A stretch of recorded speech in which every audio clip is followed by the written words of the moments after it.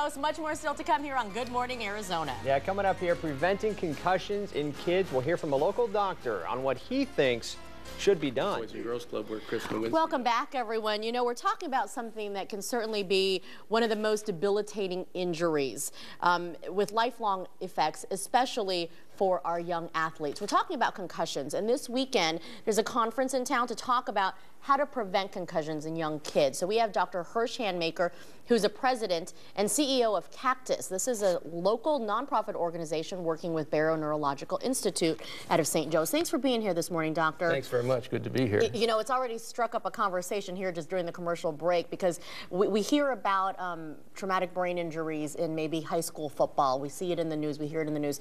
But you guys are talking about injuries happening to younger kids. That's right, Tess. Our concern is that with the public awareness of the NFL and high school sports, it's a terrific public awareness campaign, and that's been a good thing. The difficulty for us is the most vulnerable to traumatic brain injury and the consequences are the 6 to 14-year-olds. 6 to 14-year-old kids playing club sports, Boys and Girls Club, Pop Warner, have just as many concussions. In fact, they may be more vulnerable. Wow. And the young brain doesn't repair as quickly. And you think of a 6-year-old, and I ask, you know, well, what sport are they most likely to get it at 6 years old? I mean, even at 6, there is tackle football. That's correct. Tackle football, soccer, lacrosse, cheerleading, any sport where, any activity where the child or the young adult has a head contact with another player or hits the ground, makes them vulnerable. What are you guys trying to do at the symposium? It's you had a banquet that kicked it off last night, and today it'll be the professionals getting together. Right. Last night the banquet was a talk by Chris Nowinski, who's one of the leaders. He was a former Harvard football player. He was WWE Wrestler of the Year.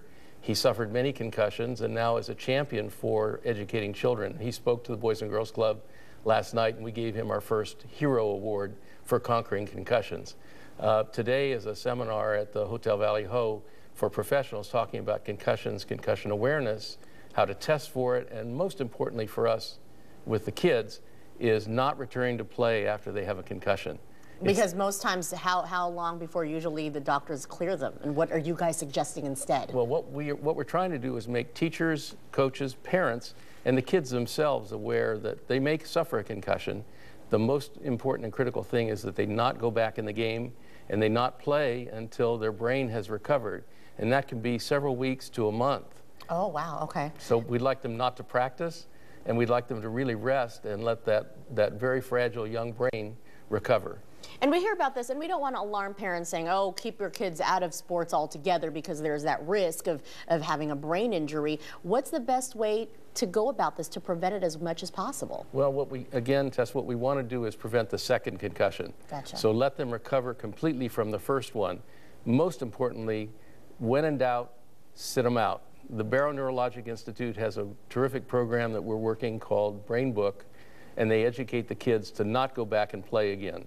And if the second concussion is the one we're worried about. That can do more damage if there's already injury to the brain. That's correct. Are we talking about lifelong, you know, damage to the brain? There's evidence now that it's a great question. The evidence now is that second and third concussion within a short period of time can have long-term effects.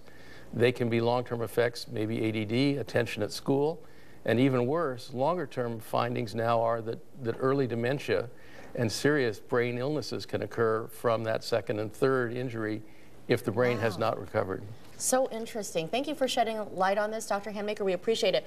And we could cover this topic forever, but we'll put more information on how to connect with Cactus. Again, they're a local nonprofit here working with Barrow Neurological. So if you'd like to learn more, maybe spread some awareness within your school and even just get some tips as being a parent. So thank you. Thank you, Tess. And hope we get the message across to everybody out there. We really appreciate the time to be with you today. Absolutely. Thank you.